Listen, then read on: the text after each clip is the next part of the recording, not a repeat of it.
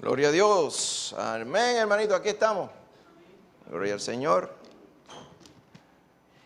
Gracias a Dios que estamos en la casa del Señor.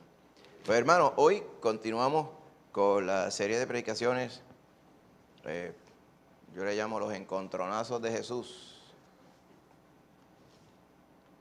El Señor tuvo encontronazos, sí.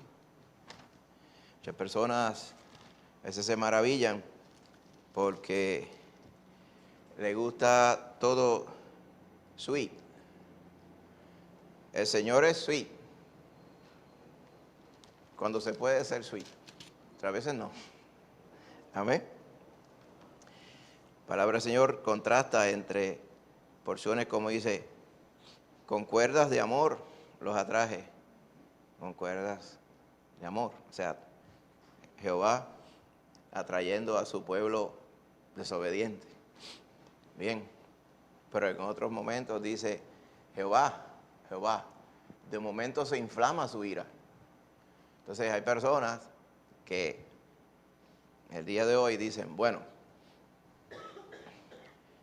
hay un Dios en el Antiguo Testamento y un Dios diferente en el Nuevo Testamento. Dice, pero ¿qué es eso? ¿De dónde sacan tal disparate? Es el mismo Dios, el Jehová, que nos creó y nos salvó. Lo que sucede es que, ¿cuál es el problema en airarse cuando no encontramos problemas con la dulzura del Señor? Él es las dos cosas. Okay. Dice, la palabra dice más, dice que Él es amor. Lo que pasa es que muchas personas, la definición de amor no es la definición del Señor. Amén. La definición de amor del Señor incluye justicia, e incluye disciplina, incluye enseñanza, incluye en el preocuparse por los demás desinteresadamente, está su bienestar total. Y si dentro del bienestar total que Dios entiende para nosotros está el corregirnos, pues, amén, nos va a corregir, como el Padre, que cuando dice que ama a su Hijo, pues en el amor, en ese package del amor, está incluido la corrección, está incluido el fuete si hace falta, está incluido el jalón de oreja. Amén. El niño cuando pasa por los jalones de oreja no le agrada, pero confiando en la sabiduría que se le imparte de parte de los padres, cuando llega viejo dice, los mejores momentos de mi vida fue cuando mi papá me metió un jalón de pelo. Porque lo necesitaba justo en ese momento. Amén. Estoy seguro que usted estará recordando, si usted le jalaron el pelo, pues en algún momento, ¿verdad?, dirá, pues, de esta forma. O el burronazo que me metió mi papá tal día. O el regaño que me dio tal día. ¿Por qué? Porque lo necesitaba. Pero también qué bueno el consejo, qué bueno el abrazo, el beso. Amén. Que nuestro papá y nuestra mamá nos daban también. Amén. El Señor es las dos cosas, todas las cosas. Amén. En otras palabras, el Señor siempre está pendiente de nosotros. Cuando vemos este asunto de los encontronazos, vemos al Señor que fue enviado a los suyos primero, al pueblo de Israel, y en esta interacción con los suyos, dicho sea de paso, a los suyos que no le recibieron y no le estaban recibiendo, el Señor los llamaba a capítulo, les estaba dando unos timbrazos, unas alarmas para que despertaran. Amén. Y le hemos llamado los encontronazos de Jesús. Porque qué cosa tan rara que estaban esperando al Mesías y cuando lo tenían en la cara, decían que no era. Entonces, ¿cómo es posible que hayas esperado tanto la consolación de Israel, la salvación de Dios? Amén. Y cuando lo tienes frente a frente, dices que qué decepción, esto no era lo que yo estaba esperando. Amén.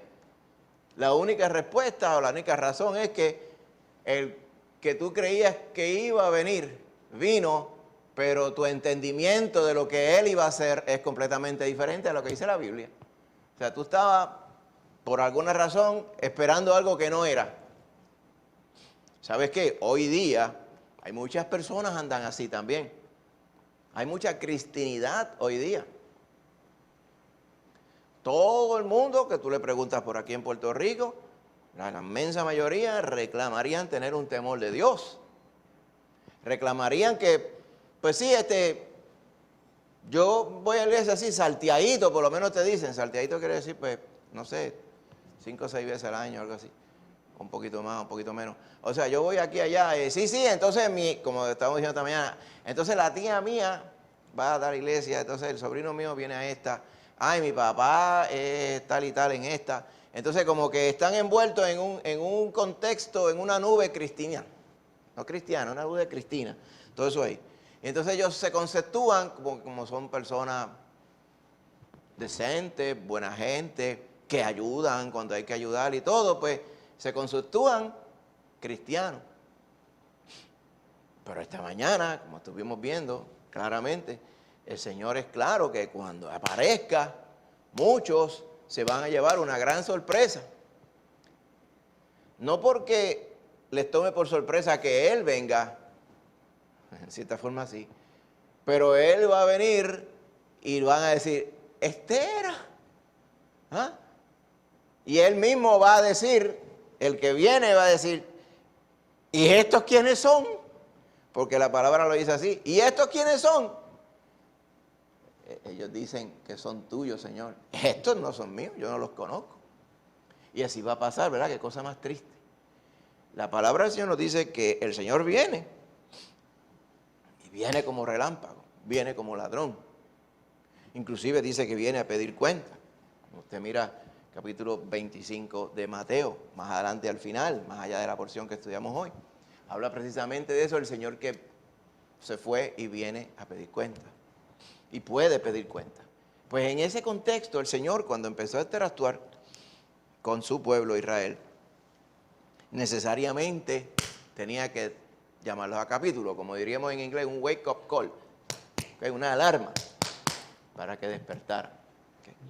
Gloria a Dios por los que despertaron. Muchos de ellos no despertaron. Pero entonces, ¿qué estamos haciendo nosotros? Cuando nos miramos en el espejo de todo ello, nosotros sí tenemos que ver. Y tenemos mucho que ver y aprender de no solamente las razones por las cuales el Señor hacía esto, sino también qué nos está enseñando la palabra del Señor cuando vamos a estas porciones. Así que en la de hoy le hemos titulado 2 Pascuas. Usted sabe que en las Navidades dicen, ay, felices Pascuas floridas. Entonces yo digo, pero ¿cuáles son esas Pascuas floridas? Si las únicas Pascuas son las matas de Pascua, ¿verdad? Que florecen y son bonitas, floridas, pero está completamente fuera de sitio, porque la Pascua no se celebra en diciembre. La Pascua es una fiesta bíblica, amén. Viene de Pesaj, que lo que quiere decir es pasó, cuando pasó más allá. Cuando el Señor perdonó la vida de los primogénitos, en cuya casa estaba pintada en la puerta la sangre del animal inocente. Cuando la sangre del inocente cubría ese hogar, entonces la muerte no llegó allí. Y esa celebración se llamaba la Pascua. Amén. Me pongo a pensar, ¿verdad? Porque dice, felices Pascuas y un próspero año nuevo. Pero es completamente anacrónico, no tiene nada que ver, ¿ok? Pero siga comprando las Pascuas son bonitas. Pero más bien debería tener las Pascuas como ¿verdad? ¿Cuándo es Pascua? ¿Verdad? Marzo, abril, por ahí. Pero para ese tiempo no florecen, ¿verdad? Así que quizá haya que cambiarle el nombre. A la Pascua, digo yo, ¿ok? Pero esta sí es la Pascua de verdad, 2 Pascuas. ¿Okay? La primera Pascua del Señor, amén. Jerusalén, acuérdate que la Pascua sucede todos los años, pero en el contexto del Señor, lo que quería hacer todo judío, estaba mandado a hacer todo judío, era peregrinar hasta Jerusalén para celebrar la Pascua en Jerusalén. Así que la primera vez que el Señor Jesús se nos redacta, estuvo allí, fue a la edad de 12 años, vamos a ir a esa porción. Pero más adelante, ¿verdad? Vamos a ver en la segunda Pascua que se nos registra, bien diferentes de la susodicha interacción de la Pascua para el Señor Jesús. Así que vamos a leer 2 porciones, en Lucas 2:46 y en Juan 2:15. Amén. Y vamos a estar alternando que hay siempre Lucas 2 y Juan 2. ¿Amén? Claro, la primera Pascua está en Lucas 2 y la segunda Pascua en Juan 2. Amén. Así que cuando lo tenga, hermanito, Lucas 2:46 y Juan 2:15, se pone de pie un momentito y vamos a ello, en realidad, en el nombre de Jesús. Amén. Lucas 2:46 y Juan 2:15. Amén. Lo tenemos, hermanito. Márquelo uno ahí para que entonces pasar rapidito al otro lado. Dice así la palabra del Señor. Y aconteció que 3 días después le hallaron en el templo, sentado en medio de los doctores de la ley, oyéndoles y preguntándoles. Y en Juan 2:15 dice, y haciendo un azote de cuerdas, echó fuera del templo a todos, a las ovejas y los bueyes, y esparció las monedas de los cambistas y volcó las mesas. Padre Santo, añade bendición ahora a tu palabra. Ayúdanos, Señor, a conocerte más, mejor, a entenderte, Padre Santo, de la forma que tú eres, Padre Santo, para nosotros poder ser también un espejo tuyo, Padre Santo, con sabiduría y guiado por tu Espíritu Santo, Padre. Ayúdanos, Señor, en este día y que tu Espíritu nos guíe a través de tu palabra, Padre. Gracias te damos, Señor, y lo pedimos todo en el nombre de Jesús. Amén. ¿Se puede sentar, hermanito? 2 Pascuas. La primera Pascua se nos narra en Lucas 2. Había venido José y María desde Nazaret, unos jibaritos de Nazaret, para que podamos entender. Iban locos de contento con su cargamento hacia la ciudad. Amén. Posiblemente llevaban el animal para el sacrificio, posiblemente no lo sabemos, porque la Pascua la celebraba y la observabas llevando un animal para el holocausto, según los recursos que Dios te hubiera dado.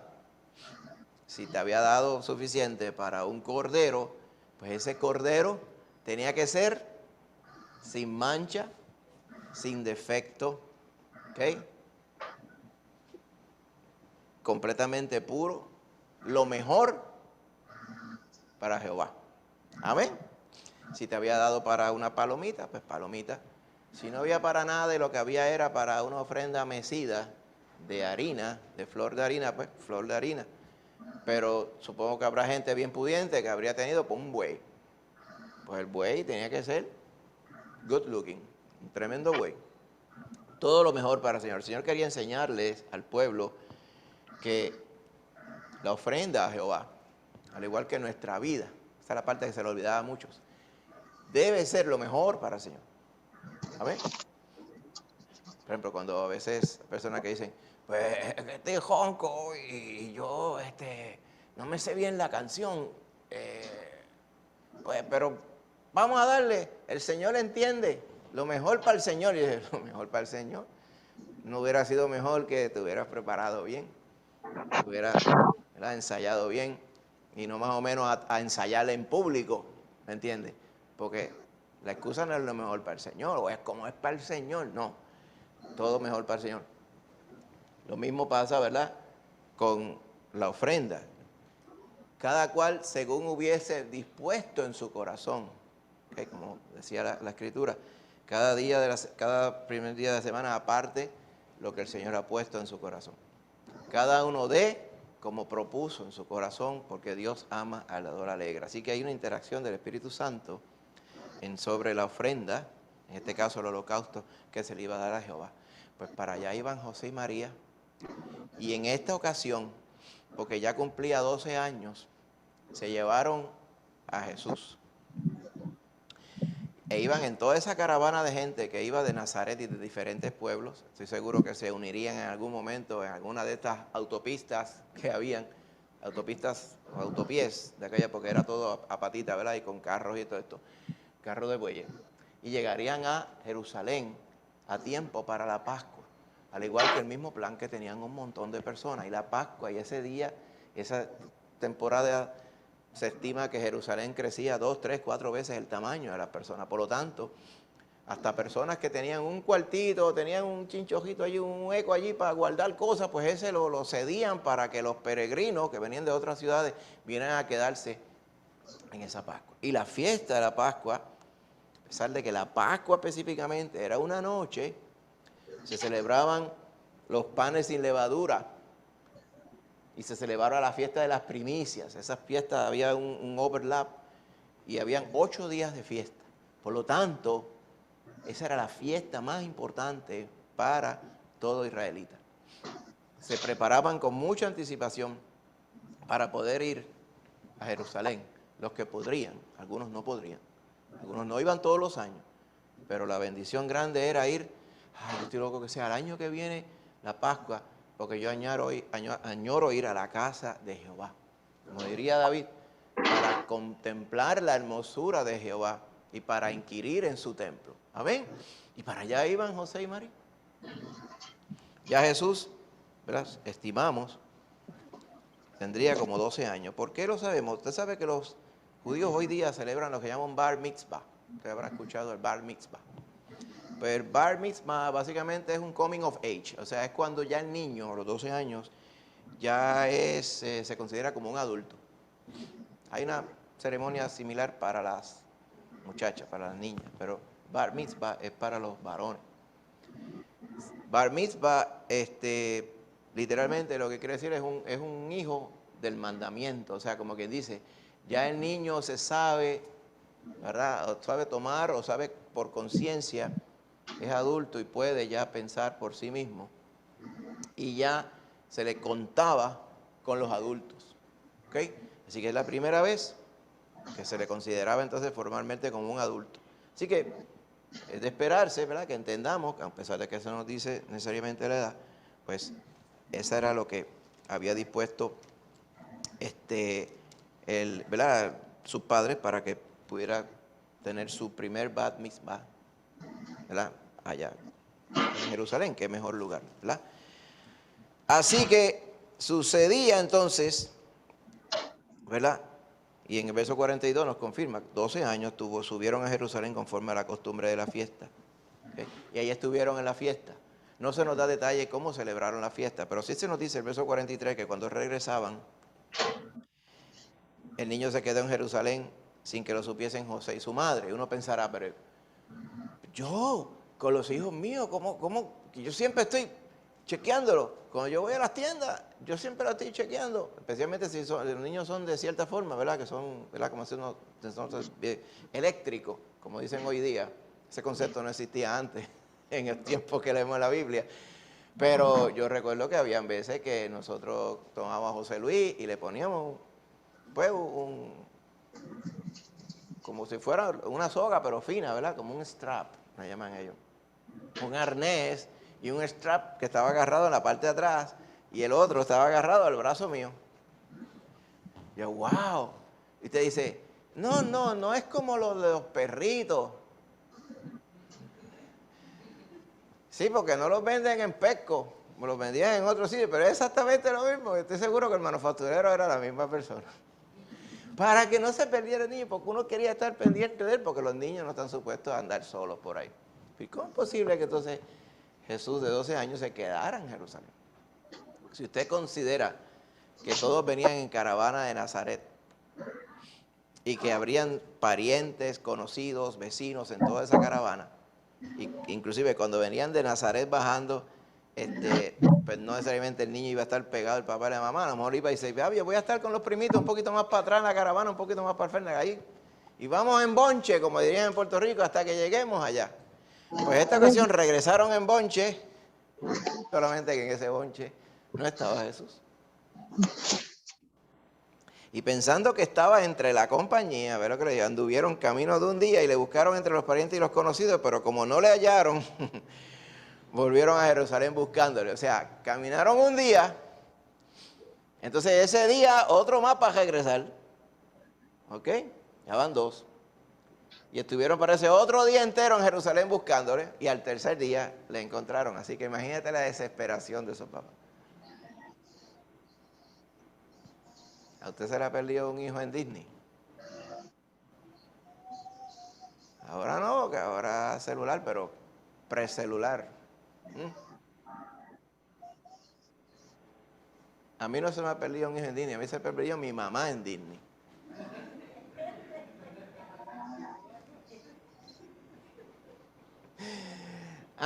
En el 1980, precelular. Sí. Desde las 10:30 de la mañana y apareció a las 11 de la noche. Sin cartera andaba ella y sin celular, imagínate. Así que pues, la encontramos filtrando al final, la gente saliendo. Mírala! ¿Dónde viene? Así que uno se desespera un poco, pero no tanto, porque ya es una persona mayor, ¿verdad? Pero imagínate un niño. Por eso que allá, en esos lugares, tienen unos centros que se llaman papás perdidos. Porque los niños no fueron ellos que se perdieron, es que se le perdieron los papás a los niños. Así que dicen ellos. Entonces tienen Lost and Found Parents. Estaría José y María, como decimos nosotros, con el corazón en la boca, buscando al niño. Y le habrán buscado por aquí, le habrán buscado en 20,000 lugares, le habrán buscado quizás donde se quedaron, le habrán buscado donde comían, donde andaban, en lugares lindos, lugares, ¿verdad?, pintorescos, en cuantos sitios, en la entrada, saliendo, por aquí salimos, entramos, mire, 50 veces y no lo encontraban. Hasta que se les ocurrió ir al templo. ¿Qué estaría haciendo? Es ilógico que un niño pequeño estuviera en el templo. Estuviera quizás en 20 otros sitios jugando, ¿verdad? Niño de 12 años, recuerda. 3 días después le hallaron en el templo, sentado en medio de los doctores de la ley, oyéndoles y preguntándoles. Y todos los que le oían, dice, se maravillaban de su inteligencia y de sus respuestas. Ahora, usted sabe que existen muchos otros escritos falsos que le llaman evangelios también. Hemos hablado de ello cuando estuvimos repasando hace unos meses sobre la Biblia y hablamos de los libros canónicos y los que no son canónicos. Canónicos porque no se apegan, no son canónicos porque no se apegan, ¿verdad?, a lo que sería algo aceptable, por lo cual se entienden que fueron otros autores. Entonces hay uno, por ejemplo, bien famoso, que mucha gente tiene que haber visto películas o pedacitos de él, especialmente en las verdaderas Pascuas aquí en Puerto Rico, cuando se ponen a rellenar en la televisión, porque como no hay muchas más cosas que dar, pues agarran cualquier cosa que diga Jesús y lo pasan por televisión. Entonces muchas de esas películas están basadas en el susodicho evangelio de la infancia de Tomás. No es de la infancia de Tomás, es de la infancia de Jesús, escrito disque por Tomás. Al igual que el otro está escrito disque por Judas. Y desató todos los códigos da Vinci y todas esas tonterías que vemos por ahí en películas, ¿verdad? Mucha gente cogió un furor y todas esas cosas, pero esos cuentos han existido desde hace miles de años. Pues este de Tomás también. Y ahí están los cuentos de cuando José estaba cortando una tabla y la cortó más corta. Y entonces, no tengas miedo, papá. Y el niño hace así y estira la tabla. Y en otra está el niño jugando en el barro allí, y entonces le hizo unos pajaritos de barro y qué sé yo qué cosa, y vuelen, y los pajaritos volando. O sea, lo mostraban como un niño milagroso que hacía milagros caprichosos. En una vino un niño y peleó con él, y él enfurecido le dijo, muérete, y el niño cayó muerto, dice el evangelio. O sea, que son cosas como si fuera el niño Superman chiquito. Entonces tú notas, entre todas esas cosas, es imposible no ver la ridiculez del que escribe, verás, simplemente tratando de llenar un espacio que los evangelios no nos describen, los verdaderos evangelios. Pero si usted nota, verso 40, aquí mismo, dice, y el niño crecía y se fortalecía y se llenaba de sabiduría y la gracia de Dios era sobre él. ¿Qué edad tenía ahí? 8 días, cuando fueron a presentarlo al templo, que se encontraron con Simeón y con Ana, la profetisa y todo ello, ¿te recuerda? Dice, y cuando tuvo 12 años, dice el verso 46, o sea, pasaron 12 años. Y eso no se nos dice en ningún otro lado nada de la infancia de Jesús.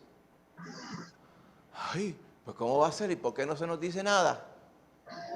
Pues porque no se nos dice nada. ¿Se está usted perdiendo algo?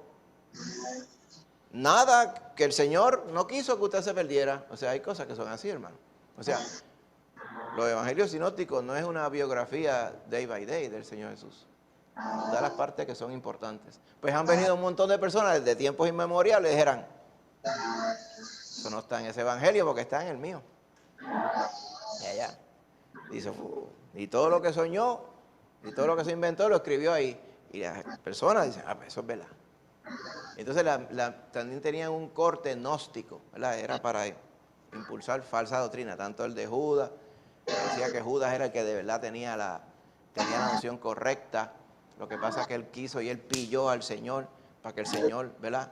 Y lo delató delante de todo para forzar y desencadenar, ¿verdad? La verdadera iluminación. O sea, y tú dices, wow, la verdad que este Señor estaba usando sustancias controladas cuando escribió esta porquería que escribió aquí. Entonces hay personas que dicen,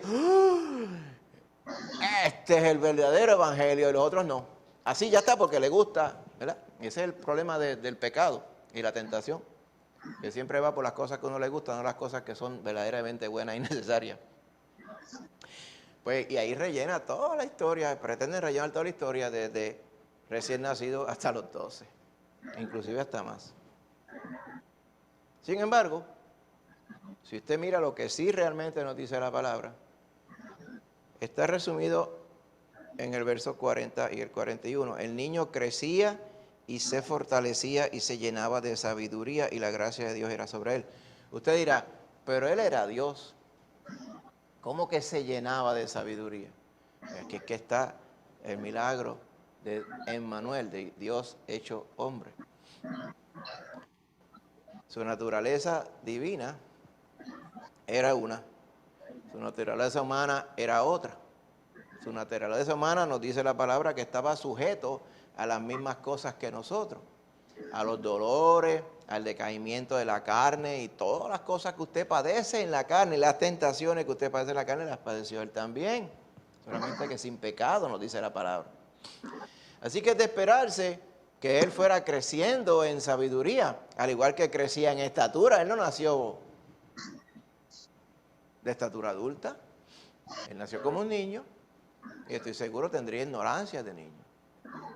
¿Y por qué no pensar que los papás tuvieron que haberlo enderezado de vez en cuando también, como cualquier otro niño? ¿Ve? Entonces, si uno dice eso, dice, ¡oh! Es blasfemia. Él fue un niño perfecto. ¿Cuál es la definición de un niño perfecto? Porque por algo la palabra nos dice que los niños necesitan corrección, pero según la palabra la definición de un niño perfecto es aquel que se comporta como la expectativa, que necesita corrección.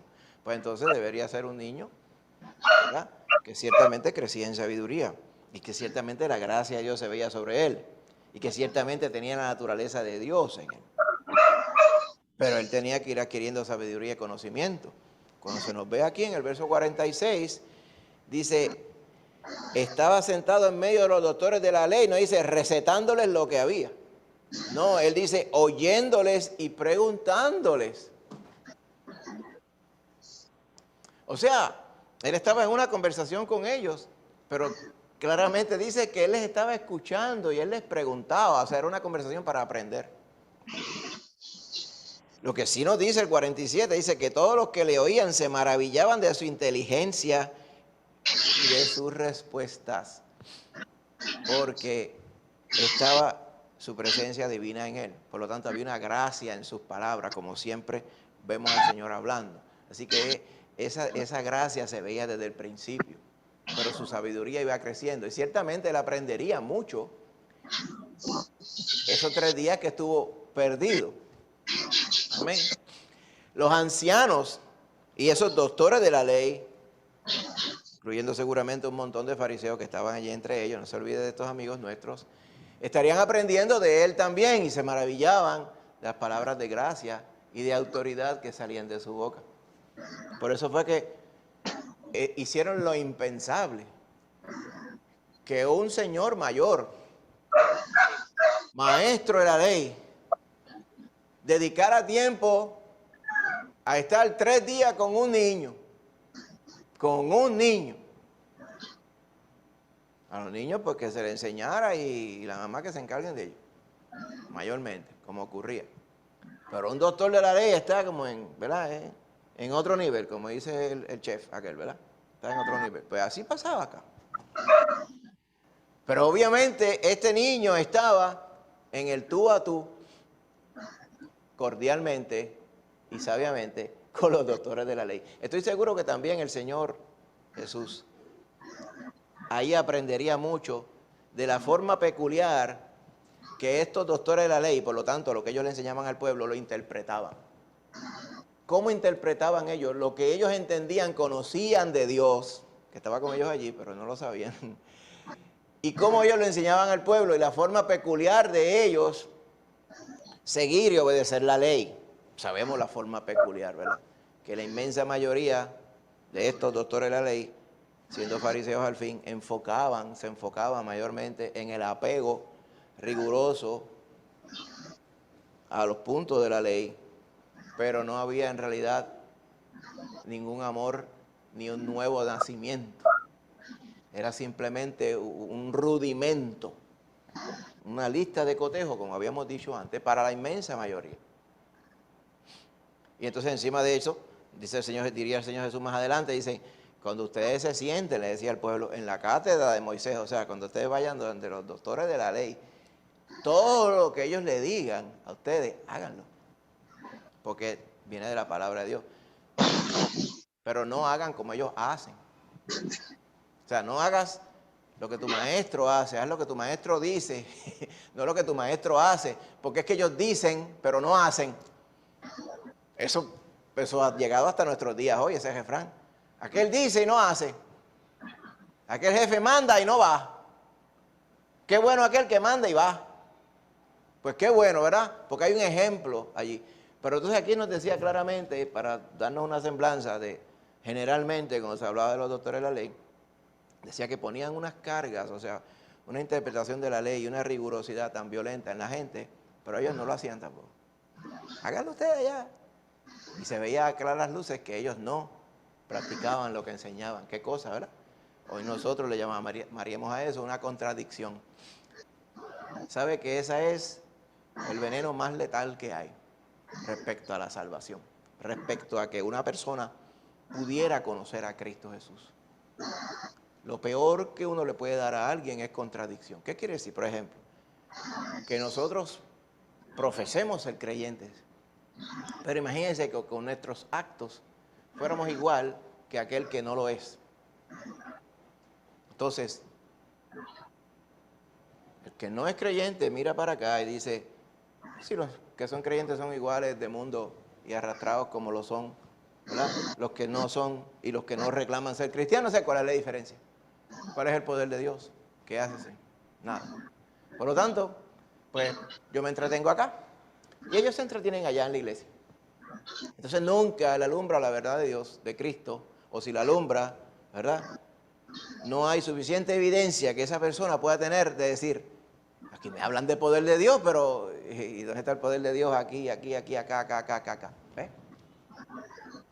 Por ejemplo, un colegio cristiano donde ningún maestro es cristiano, eso los hay por ahí por montones.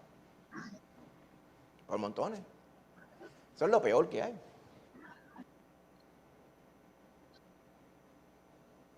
Claro, a veces uno se da cuenta de estas cosas más tarde. Pero hoy día esa es la noción, ese es el convencimiento que tenemos. Entonces, ¿qué pasa? Estos doctores de la ley, eventualmente, aunque estaban aquí cordialmente interactuando con Jesús, eventualmente el Señor, seguro por esta interacción y por todo lo que escuchaba y oía, los empezó a conocer. Pero volvemos a los papás desesperados que los encontraron allí. Mientras el Señor Jesús estaba tranquilito allí, de momento ellos ¡ay! Se sorprendieron cuando le vieron. No esperaban encontrarlo allí. Tampoco, aparentemente, el Señor Jesús o el niño Jesús en ese momento, este muchacho dijo, ay, me tengo que ir, que mis papás me dieron a buscar. Él se quedó con calma, aparentemente hablando con los doctores de la ley. Hijo, ¿qué es esto que tú no has hecho? Le dijeron ellos. Mira, la madre le dijo, tu padre y yo te hemos estado buscando con angustia, mi hijo. 3 días llevamos buscándote y tú estás como si nada. Y él les dijo, hay un tonito de sarcasmo, pero hay un tonito de verdad también en las palabras del Señor, ¿verdad? Como siempre, sazonada con sal. ¿Por qué me buscabais? Pero ¿para qué me buscaron? Y ellos dirían, pero ¿cómo no te vamos a buscar, mijo? ¿Tú vives aquí? ¿O tú eres un jíbaro de Nazaret? ¿Y hace cuánto nosotros nos fuimos y te dijimos que nos íbamos y tú te quedaste aquí? Eso no se nos dice aquí, a lo mejor eso lo estamos diciendo nosotros, ¿verdad? Que hablaría como cualquier otro jíbaro de Puerto Rico, pero se desespera cualquiera. Estoy seguro ahí se acabó la conversación con los doctores de la ley. ¿Qué más está decir?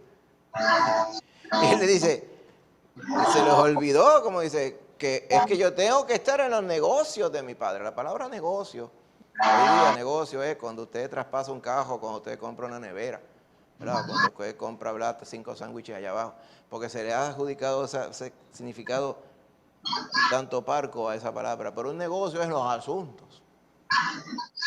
asuntos de mi padre, palabra amplia, negocio, que se traduce negocio aquí. En los asuntos de mi padre es que yo tengo que estar. Y era como un recordatorio, en nada malcriado, pero hablándole la verdad a sus papás, diciendo, pero recuerden, ¿quién soy yo? Y ellos dirían, y ahí es que está la dificultad de ser José y de ser María. ¿Cómo usted cría a Dios mismo? Imagínate. Por eso era que muchas partes de la escritura dice que María meditaba todas estas cosas en su corazón. Dice, y estoy seguro que su oración era que Dios le diera sabiduría para poder ir llevando al niño. Y aquí también. Así que era necesario el Señor Jesús, Dios hecho hombre, que estuviera en los asuntos, que su padre, en este caso, no, fíjate que padre lo ponen con mayúscula versus padre. Tu padre y yo te estamos buscando desesperadamente. El padre terrenal, pero el padre celestial le tenía una misión muy diferente. Que María y José la sabían, pero en qué momento ya el niño estaba ya valiéndose y tomando sus decisiones versus las decisiones las tomamos nosotros como padres. Pues aquí, bien apropiadamente, con el momento en que ya se le consideraba como un adulto, pues él tomó una decisión y se quedó en Jerusalén. Vuelvo y digo, no quiere decir que estuviera fuera de lugar. Pero dice el verso 50, interesantemente, que ellos no entendieron las palabras que les habló. Fíjate. Y eso nos ilustra también algo bien importante. Nosotros, hermanos, tenemos que tener mucha consideración con las cosas que son o sea, materiales, las cosas carnales, las cosas de este mundo.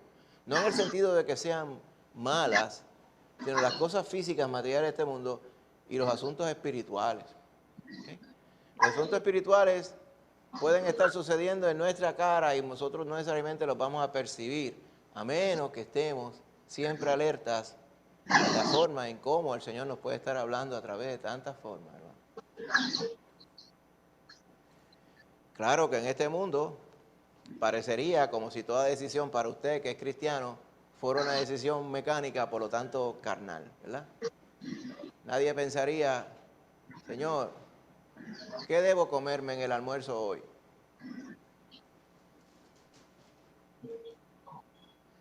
Yo no recuerdo haberle preguntado eso nunca al Señor, nunca he consultado eso. ¿Usted ha consultado eso al Señor?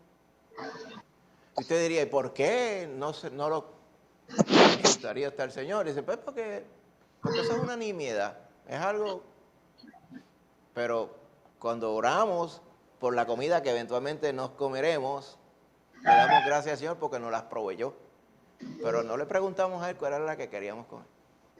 Eso no quiere decir que esté mal, eso quiere decir que hay una relación entre lo que es humano y lo que es divino, hermano, que nosotros tenemos que estar siempre pendientes.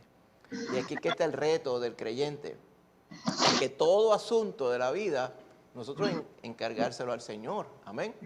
y ver y tener la expectativa de que el Señor está obrando milagrosamente en nuestra vida a través de todo lo que nos rodea, porque la Biblia dice que todo lo que Él hace para los que aman, le aman y aman su venida, tiene un propósito. Todas las cosas nos ayudan a bien.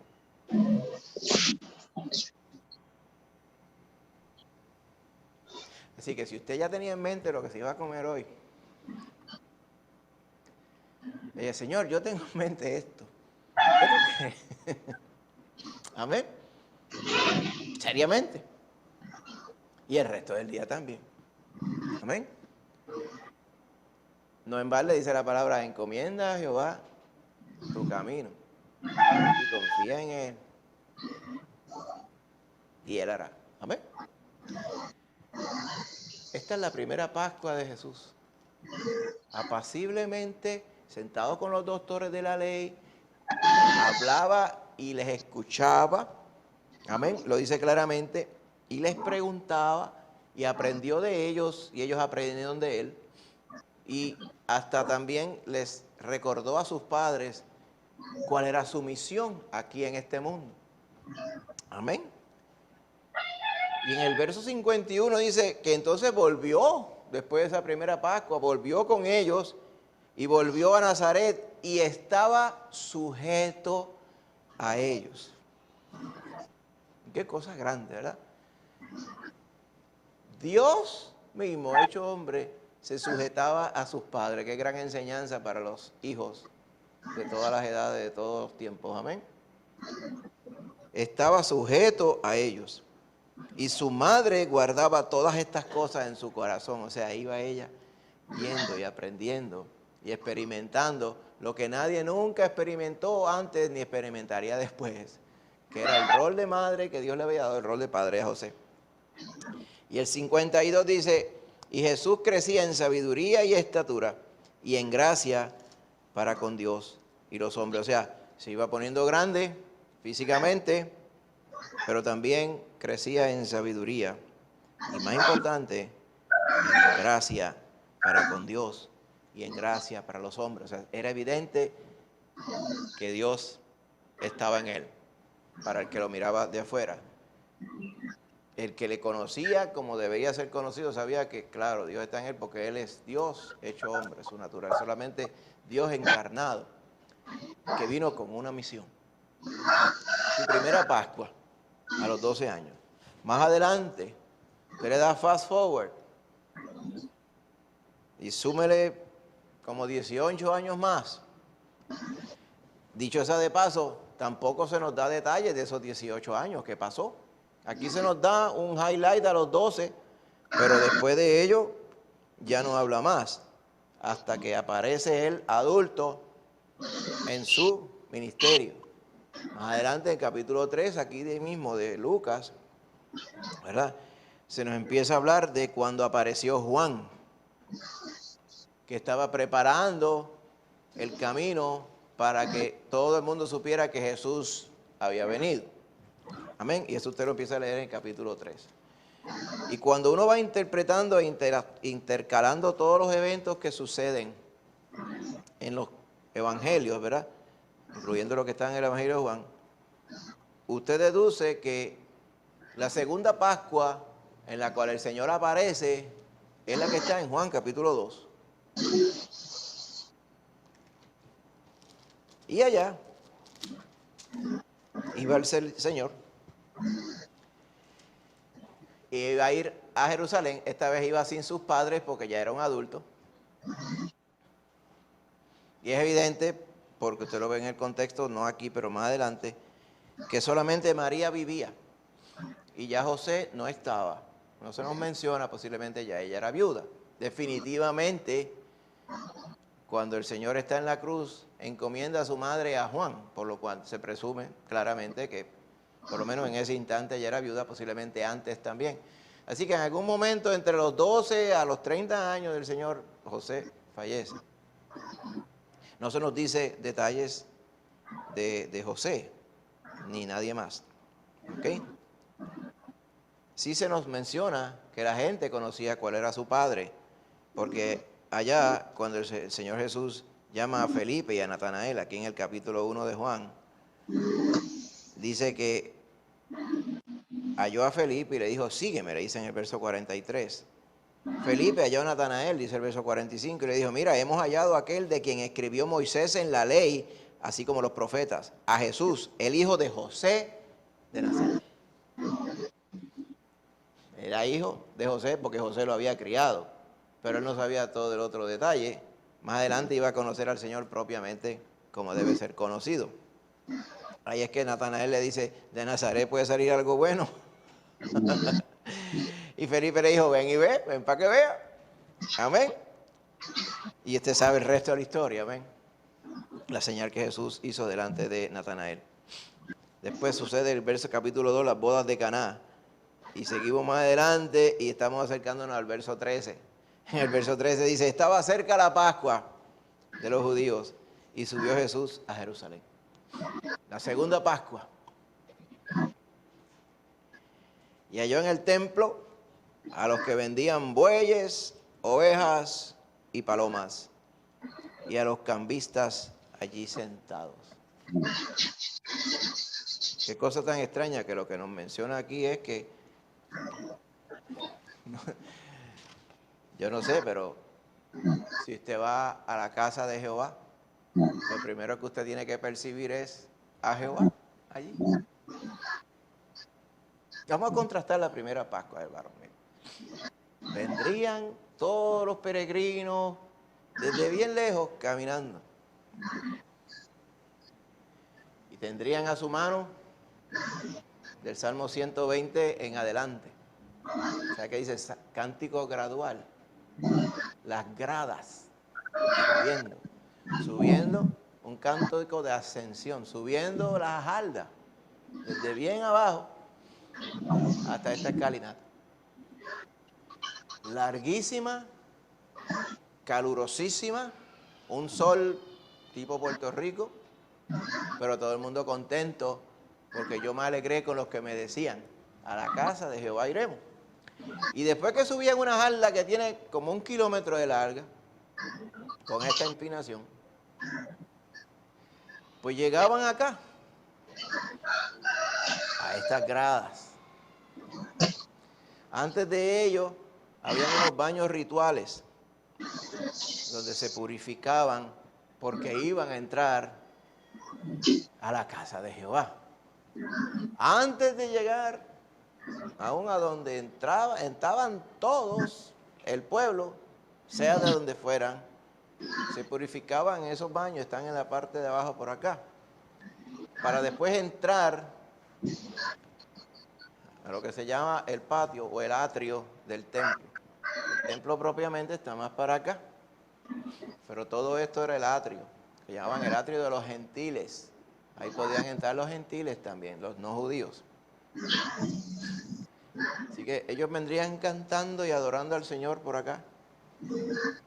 Si usted va al Salmo 120, yo me imagino a Jesús con sus padres subiendo esas escalinatas para allá. Y se imagina cuando ellos venían todo eso desde Galilea, pasando o bordeando Samaria, hasta que llegaban al monte de Sión y veían de lejos el templo. Esa gente estarían llorando de alegría allí, imagínense. Vinimos a la casa de Jehová. Mire, alzaré mis ojos a los montes, dice el 121. ¿De dónde vendrá mi socorro? Mi socorro viene de Jehová, que hizo los cielos y la tierra. ¿Te recuerda este salmo?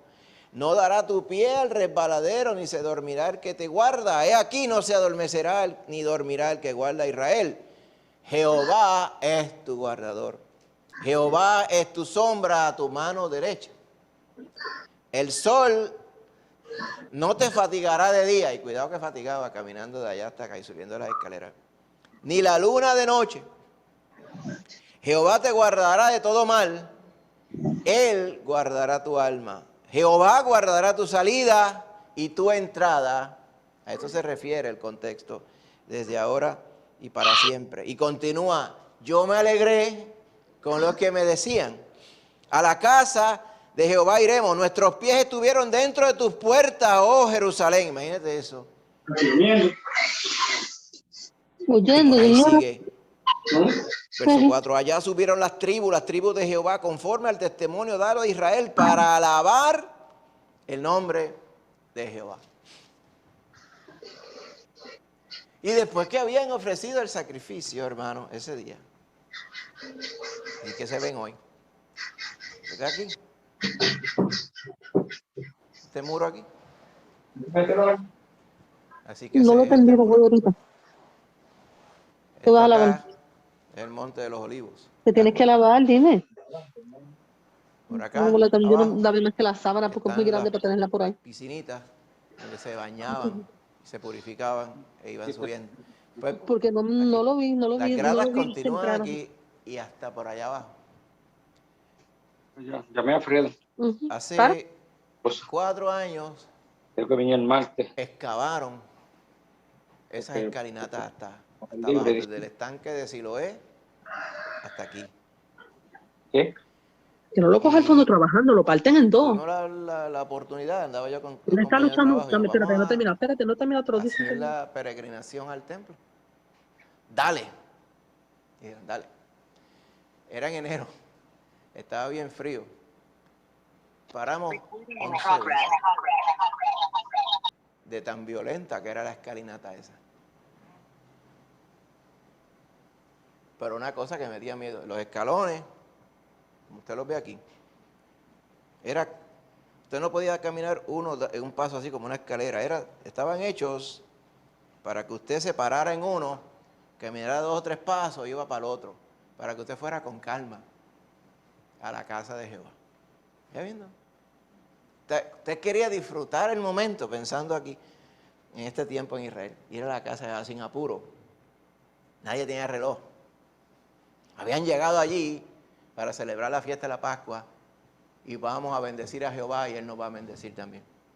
Así que subieron todas estas gradas, aquí se ven de otro lado, por aquí, y entrarían al templo. Esta otra forma, ver las gradas. Pero bendito, mire cómo está hoy. Está cerrado. ¿Por qué está cerrado? Pues porque desde este muro para adentro es la autoridad palestina que gobierna eso ahí. Y allá arriba lo que hay es el domo de la roca y una mezquita. Se puede entrar, pero con cuidado y con permiso, y muchas veces no se puede entrar porque ha habido un conflicto, un malentendido. Entró alguien allá y tomó una foto que no debía y se forma un revolú y no se puede entrar. Ninguna de las veces que yo fui se podía entrar porque la cosa estaba caliente entre ambos bandos. Pues, como no se puede entrar sino con permiso por un sitio, pues está todo cerrado.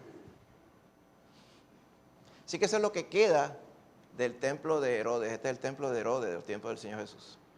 ¿Okay? Ahora, entrar con paz y gozo a la presencia del Señor. Yo me imagino, ¿verdad? En los tiempos cuando todo se hacía correctamente, la celebración que había, esta misma vista, mirándola así. Me imagino yo los visitantes y todos mirando la celebración que había, ¿verdad? Y el gozo de Jehová puesto en los corazones de todos ellos. Después de haber celebrado el Señor Jesús, aquí lo vimos, hablando con los doctores de la ley. Amén. Y estuvo con ellos allí. Y fue esa Pascua una bendición. Fast forward 18 años, estamos en la segunda Pascua. Y cuando vemos acá en el capítulo 2 de Juan, ¿ok? Dice que él llegó a celebrar la Pascua en Jerusalén. Yo me alegré con los que me decían, ña, ña, ña. Y el pío, pío, pío, pío, pío, pío, pío, pío, pío, pío, pío, pío. ¿Y qué pesco? ¿Qué pesca hay aquí? Yo doy 103%, yo doy 104%. Y los chavos ahí, y el cambieteo, como si fuera la plaza de mercado. Eso era una plaza de mercado ahí.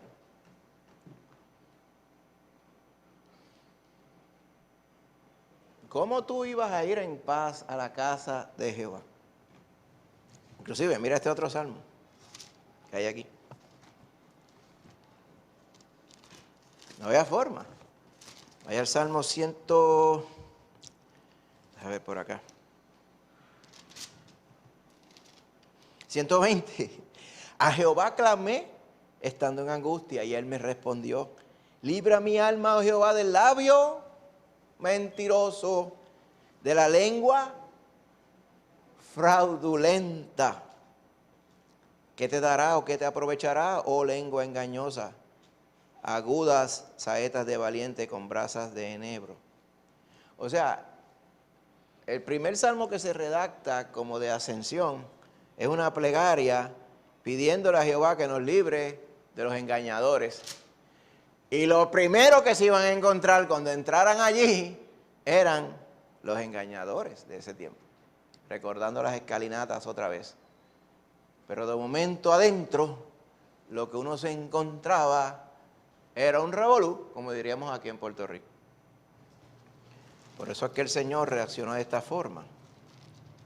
Seguramente Él recordaría, ay, aquí estuve yo sentado con los doctores de la ley, aquí fue que mi papá y mi mamá me encontraron, aquí fue que yo estuve, qué Pascua tan linda pasamos en aquella ocasión. Y cuando llega ahora, posiblemente en aquel tiempo existía lo mismo también, o no se percató, o no sé, pero ahora es evidente que sí existía.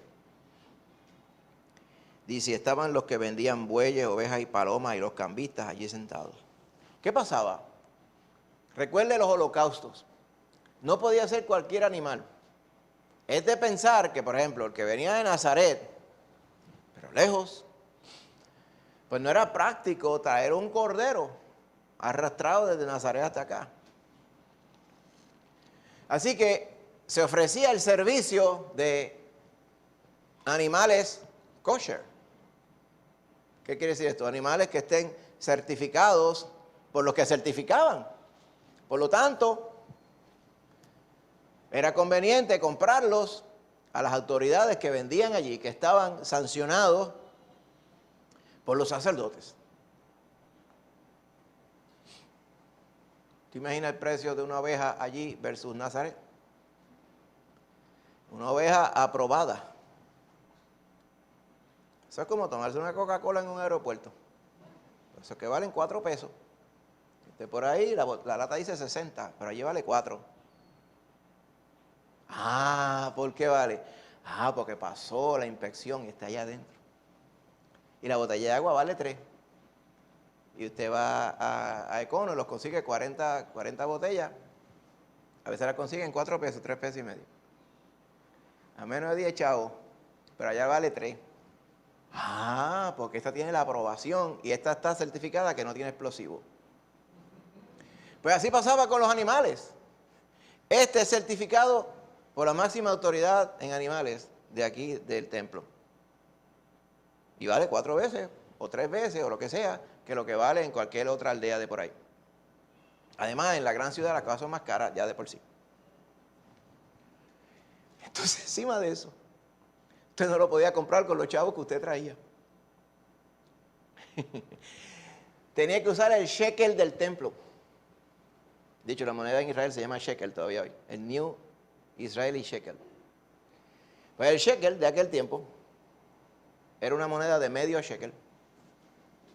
Y esa moneda era la moneda oficial del templo. Para usted ofrendar, usted no podía echar cualquier moneda, tenía que usar los shekels. Si usted venía de otro lugar por allá y traía un montón de monedas romanas, no podía usarlas para allá. Pero estaban los cambistas.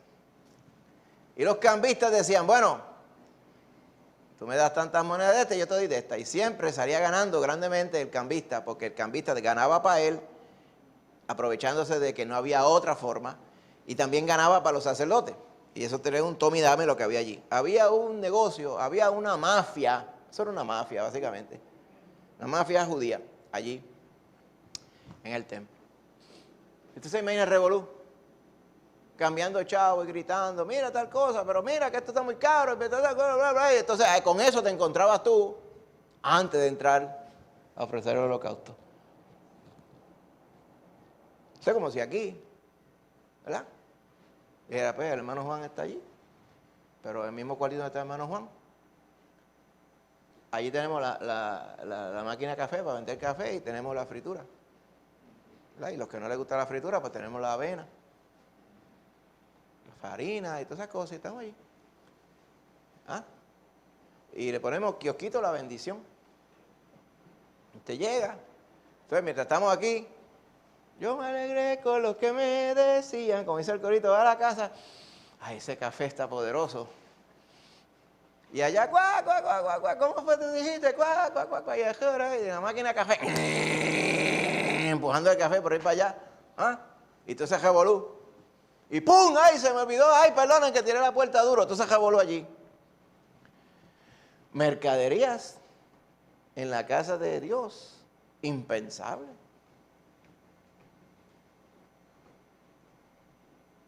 Pero aquí era parte del día a día.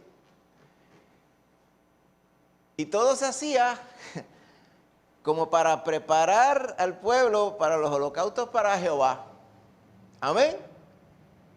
Hay que preparar a este pueblo que no conoce a Jehová, que no son, ¿verdad? No están alineados con Jehová como nosotros, dirían los sacerdotes y los fariseos. Y los preparamos, le damos este servicio aquí para que lo que pase allá al holocausto esté como manda. Solamente que ese día llegó Jehová al holocausto en presencia. Y a Jehová no le gustó lo que estaba pasando. ¿Ah? Por eso fue que él no pidió permiso. Hizo un azote de cuerdas. Hay personas que dicen, ay, lo hizo de cuerda porque no era un látigo, porque es que él no quería causarle un cantazo a nadie. ¿Y qué si les daba un cantazo? ¿Cuál es el gran problema? Mire,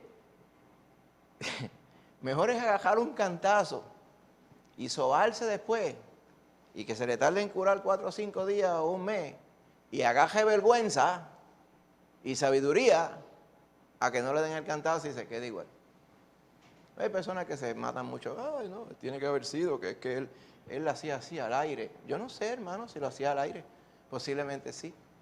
Algunos argumentan que él lo que estaba era espantando a los animales y los usureros no iban a dejar que los animales se fueran sueltos y se mezclaran con lo de la competencia allá y se fueron detrás de los animales y cogió las mesas como hace ¡fua! ¡Pa! Por allá cayeron y se mezclaron las monedas con las del otro y por allí un revolú y ese es mío, este lado es mío, y se formó el revolú, pero eventualmente los echó fuera del templo a todos y las ovejas y los bueyes y esparció las monedas de los cambistas y volcó las mesas. O sea, le hizo un revolú dentro del revolú que ya había. Por eso es que le decía a los que vendían palomas, quiten esto de aquí y no conviertan la casa de mi padre en una casa de mercado. Estoy seguro que cuando todo el mundo... Y de momento se oía la brisa. Todo tranquilo. Había purificado en lo que respecta a lo físico, al templo. Y estaba todo ahora más adecuado a como siempre debió haber sido. Amén. Donde, de hecho, cuando usted entra a este lugar ahora, esto más adelante, ¿verdad? Está esta pared. La pared otra que vimos, la que está acá, esta pared por acá. ¿Ok? Hoy día las personas adoran hasta la pared esta. Después de estas rocas de aquí, al otro lado, está la porción, se le conoce como el muro de los lamentos. Es ese mismo muro para allá.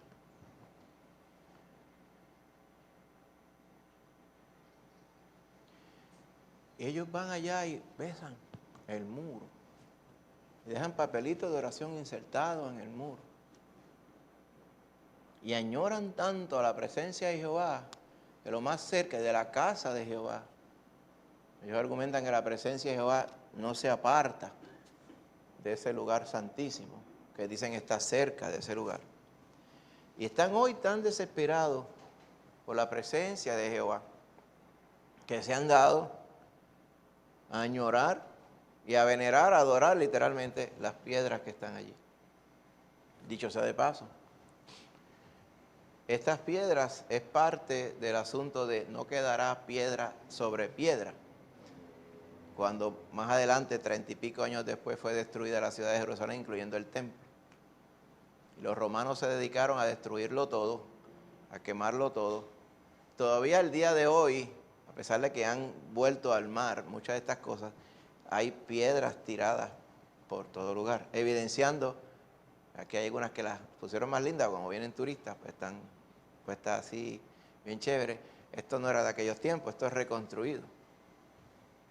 Pero todo eso estaba destruido, mi hermano. Mire las piedras que le estoy mencionando. Mire el muro de los lamentos, la otra continuación acá. Este es el área de los varones. Las damas están aparte, por acá en otro lado, pero en el mismo muro. Así que ellos veneran el muro. Sin embargo, en estos tiempos, los tiempos del Señor Jesús, si le damos hacia atrás, no había ninguna intención de honrar a Jehová, sino simplemente llevar a cabo las cosas mundanas y carnales dentro de la casa del Señor. Cuando Jehová se presentó en el templo, entonces tuvo que enojarse, airarse con todo esto y los echó, los flocheó, de allí diríamos nosotros acá en Aguadillano. Y entonces cuando los echó, recordaron sus discípulos que está escrito, el celo de tu casa me consume. Eso está en el Salmo 69. Amén. ¿Por qué el Señor hizo esto?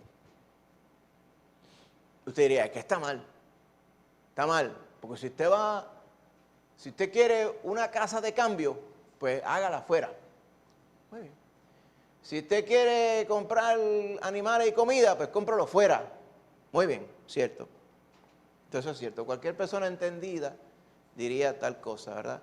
Pero ¿qué es lo que implicaba el que todas estas actividades estuvieran haciéndose dentro del templo?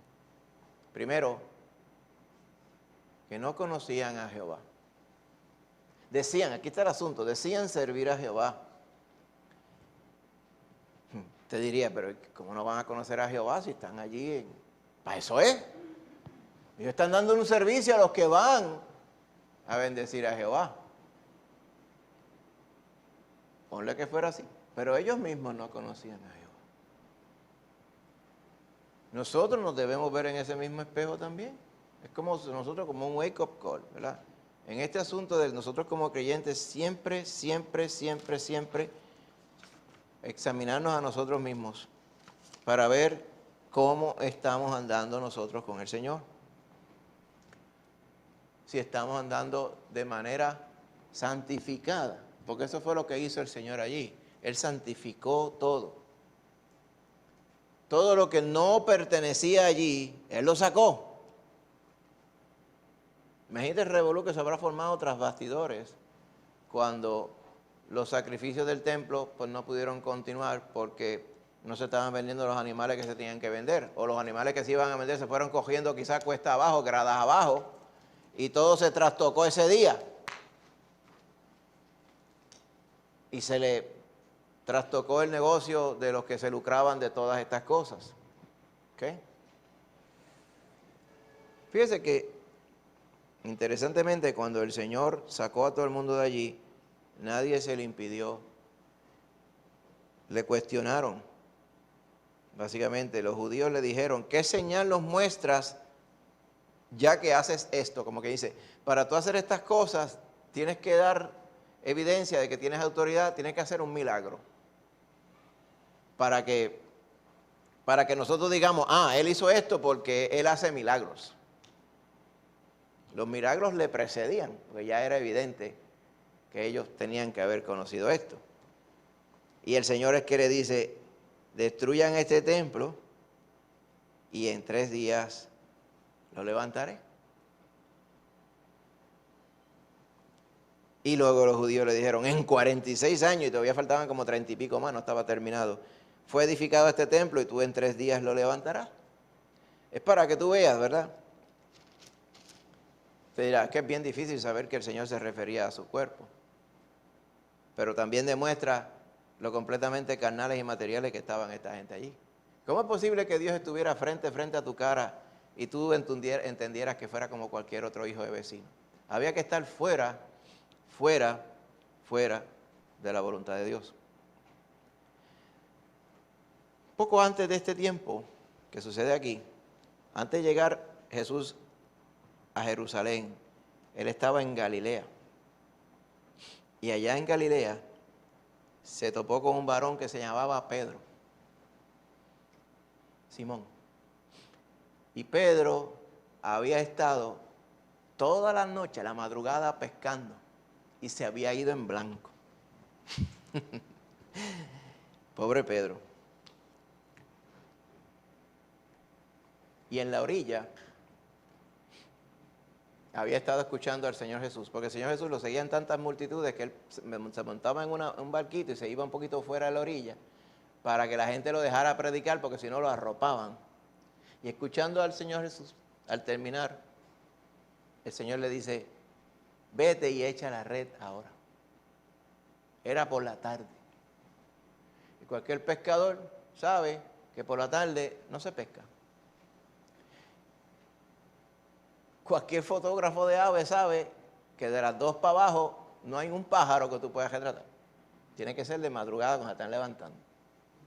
Cualquier pescador sabe que de día no hay nada, porque los peces están bien profundos abajo y allí no hay quien les llegue. Tiene que ser por la mañana o de madrugada cuando están comiendo. Y cuando estaban comiendo él fue y se fue en blanco. Y ahora el Señor Jesús le decía, vete, tira la red.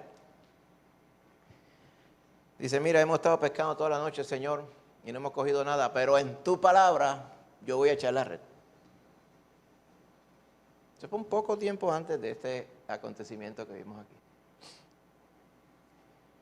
Y cuando Pedro y sus amigos empiezan a levantar la red aquella, eran tantas y tantas que se les rajaban las redes.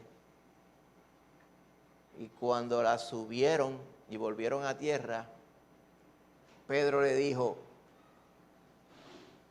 apártate de mí, Señor, porque yo soy hombre pecador. Y cuando uno se pone a meditar en estas palabras de Pedro, ¿usted sabe Pedro? El mismo Pedro este que era ahí a lo rápido.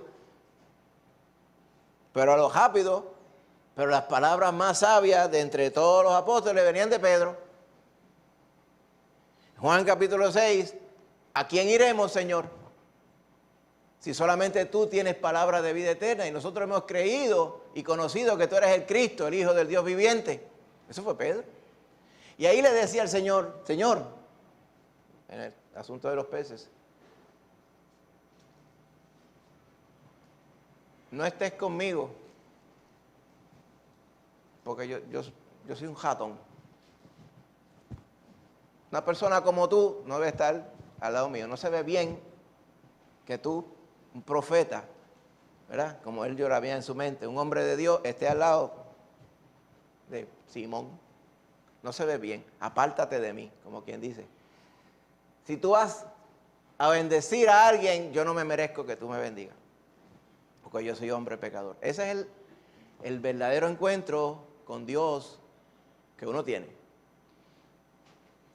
El mismo Jesús que se encontró a Pedro, es el mismo Jesús que se encontró a toda esta gente en la Pascua. Sin embargo, en la Pascua, en ese momento, no estamos viendo nada de esto. Solamente vimos a Nicodemo, recuerdan a Nicodemo la semana pasada, que en esa misma semana es evidente fue el encuentro que tuvo con Jesús. Pero más nadie abrió su corazón a la presencia de Dios, que era evidente estaba allí. Y eso nos ilustra la otra parte importante. Gloria a Dios cuando nosotros hicimos caso al Señor Jesús cuando se nos presentó. Porque es tan fácil uno distraerse con las cosas de este mundo y las circunstancias actuales en las cuales estaremos rodeados, que se nos puede olvidar, se nos puede pasar. Gloria a Dios por la cordura que el Señor da. Porque el Señor hasta la cordura nos da en ese momento a través de su Espíritu Santo. para creer en las cosas que hay que creer. Así que el Señor sacó a todo el mundo de allí. Los discípulos mismos no entendieron cuando Él dijo, destruyan este templo y entre el día lo levantaré. Ellos pensaban que estaba hablando de este fastuoso templo, del gran templo, ¿verdad?, que vemos aquí. Ellos dijeron, no, ese templo tiene que ser el que está hablando aquí Jesús. Dice, pero Él hablaba del templo de su cuerpo, dice el 21. Por lo tanto, cuando resucitó de entre los muertos, sus discípulos se acordaron que había dicho esto y creyeron la Escritura y la palabra que Jesús había dicho. Ahora bien, ¿cuál es la parte importante acá, hermanito? Primero, ¿era correcto que el Señor se pusiera violento con esta gente? Claro, ¿quién le va a decir a Él que no?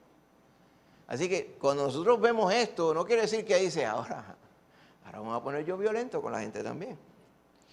Y cuando alguien venga y me diga algo del Señor Jesús que no es, ¡uah!, le brinco encima. Eso no es lo que está diciendo aquí.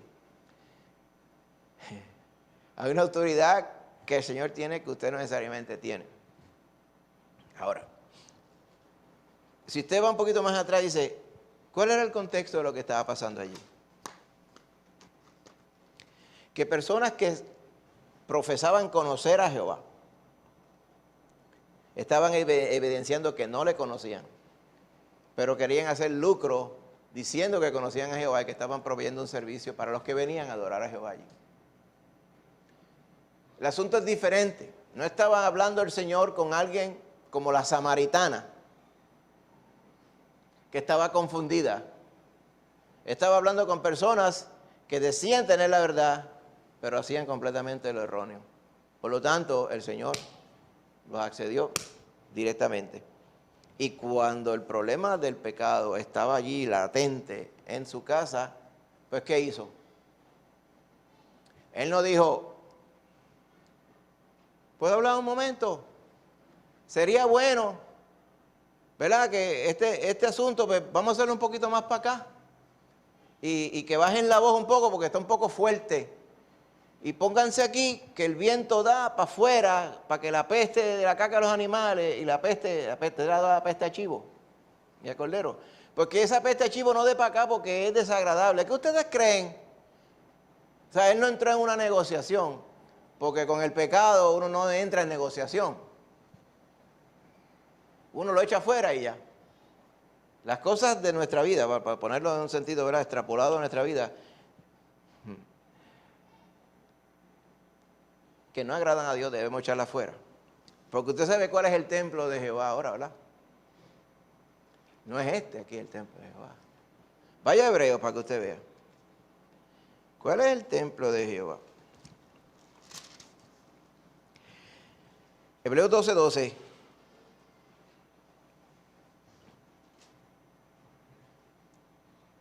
Primeramente se nos dice, por lo cual dice, levantar las manos caídas y las rodillas paralizadas. Y hacer sendas derechas para vuestros pies, para que lo cojo no se salga del camino, sino que sea sanado. Seguid la paz con todos y la santidad, sin la cual nadie verá al Señor. Hay muchas personas que lo ponen al revés. Usted sabe el asunto de el burro delante para que no se espante, ¿verdad? Se ve caminando algo que dice, esto se supone que vaya en la parte de atrás, pero está al frente. Hay personas que dicen, pues si yo me comporto santamente, yo voy a ver al Señor. Pero el contexto y el consejo completo de la Escritura lo dice bien diferente. Los que conocen al Señor se santifican, se purifica a sí mismo, así como Él es puro. Y por eso es que en su santidad ellos verán al Señor. Pero no es al revés. Porque la palabra claramente dice que no es por obras. La santidad o hacerme santo incluida en ella, ¿verdad? No puedo salvarme por yo ser santo. Yo soy santo porque el Señor me salvó. Es completamente al revés. Entonces, cuando vemos la forma que lo explica Pablo en 1 Corintios 3, vaya allí para que usted vea.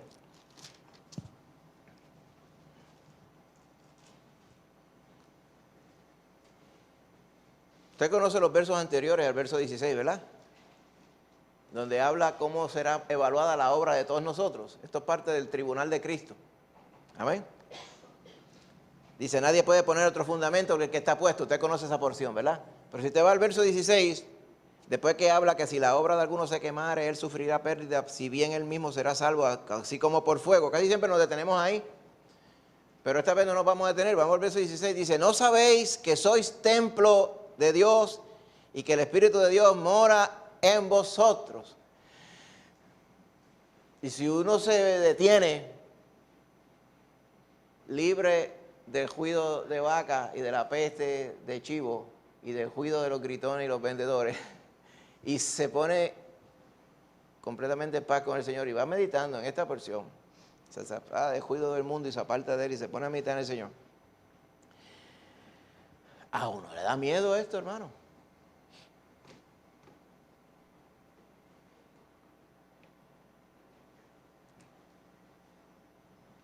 Cuando usted peca, el Señor está ahí con usted porque el cuerpo suyo está pecando y el Señor está ahí, te lleva al Señor adentro. Ay, Dios.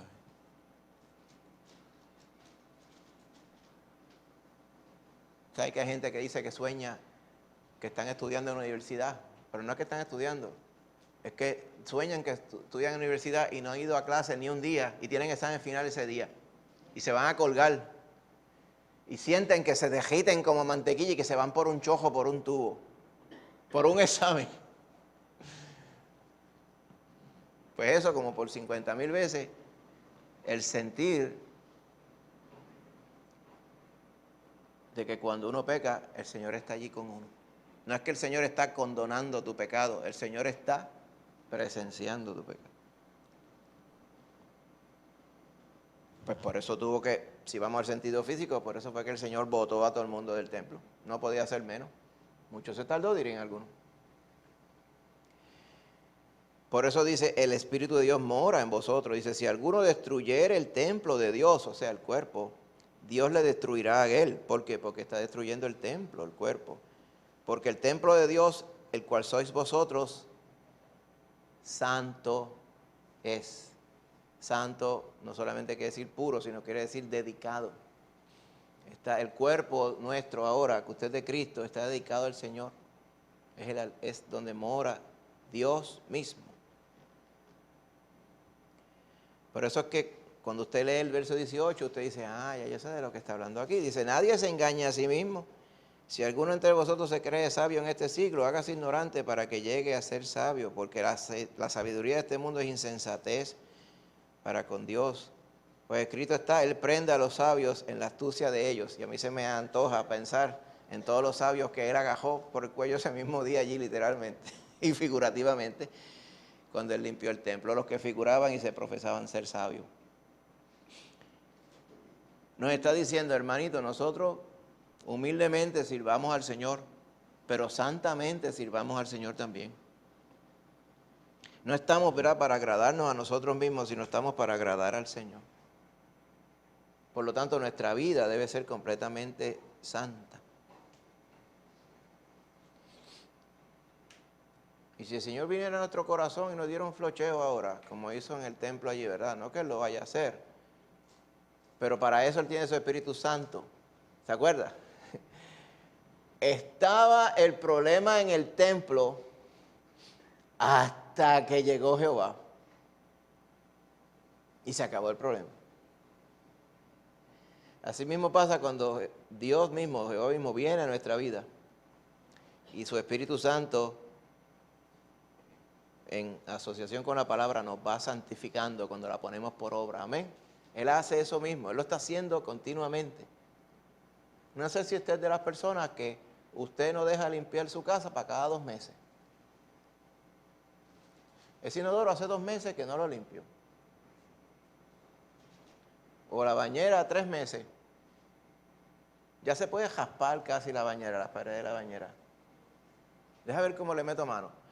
O si usted es de los que mantiene todo limpio y va limpiando, es como los que cocinan y van recogiendo y limpiando, y cuando ya se sientan a la mesa, la cocina está como un museo, limpiecita completa, ¿verdad? ¿Qué es mejor? esperar que se acumule toda la podredumbre, o ir limpiando y recogiendo a la vez. Por eso es lo que hace la obra del Espíritu Santo es así en nuestra vida. Cuando usted le da lugar, el Señor le va limpiando. Pero no podemos olvidarnos que nosotros somos la morada de Dios. ¿Okay? En aquel tiempo, en la segunda Pascua que vimos aquí, Emmanuel, Dios con nosotros, entró al templo y el Dios que ellos pretendían adorar, de momento lo llamó a capítulo. Ellos ni cuenta se dieron. Por eso le estaban diciendo, ¿y cuál es la autoridad que tú tienes para hacer estas cosas? Cualquier joven de hoy le diría, hello, ¿cómo que autoridad para estas cosas? Ustedes no saben quién yo soy. Literalmente, yo soy. Pero se les iba de la mente y no entendían estas cosas para que usted viera la ignorancia del sistema donde estaban ellos envueltos.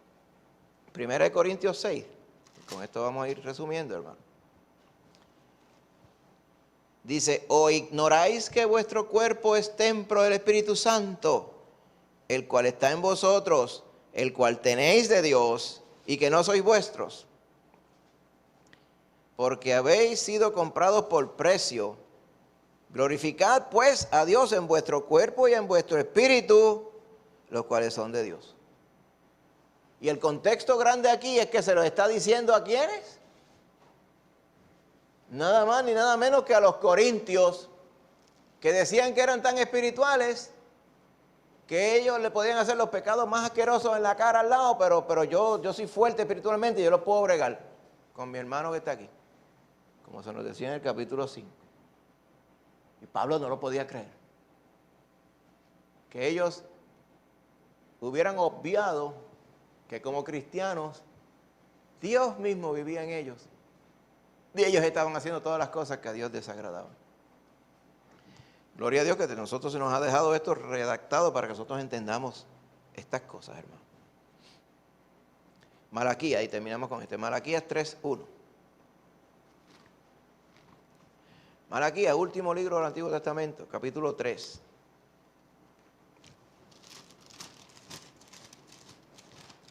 Dice de esta forma, verso 1. Dice, he aquí yo envío mi mensajero, el cual preparará el camino delante de mí. Y vendrá súbitamente a su templo el Señor a quien vosotros buscáis, y el ángel del pacto a quien deseáis vosotros. He aquí viene, ha dicho Jehová de los ejércitos. ¿Y quién podrá soportar el tiempo de su venida? ¿O quién podrá estar en pie cuando Él se manifieste? Porque Él es como fuego purificador, como jabón de lavadores. Y se sentará para afinar y limpiar la plata, porque limpiará a los hijos de Leví, los afinará como a oro y como a plata, y traerán a Jehová ofrenda en justicia. Y será grata a Jehová la ofrenda de Judá y de Jerusalén, como en los días pasados y como en los años antiguos. Ahí está hablando de un cuadro completamente diferente al que se encontró el Señor cuando fue al templo a esa segunda Pascua. Porque aquí está hablando del pueblo que le adora de corazón y anda limpio y santo delante de Él.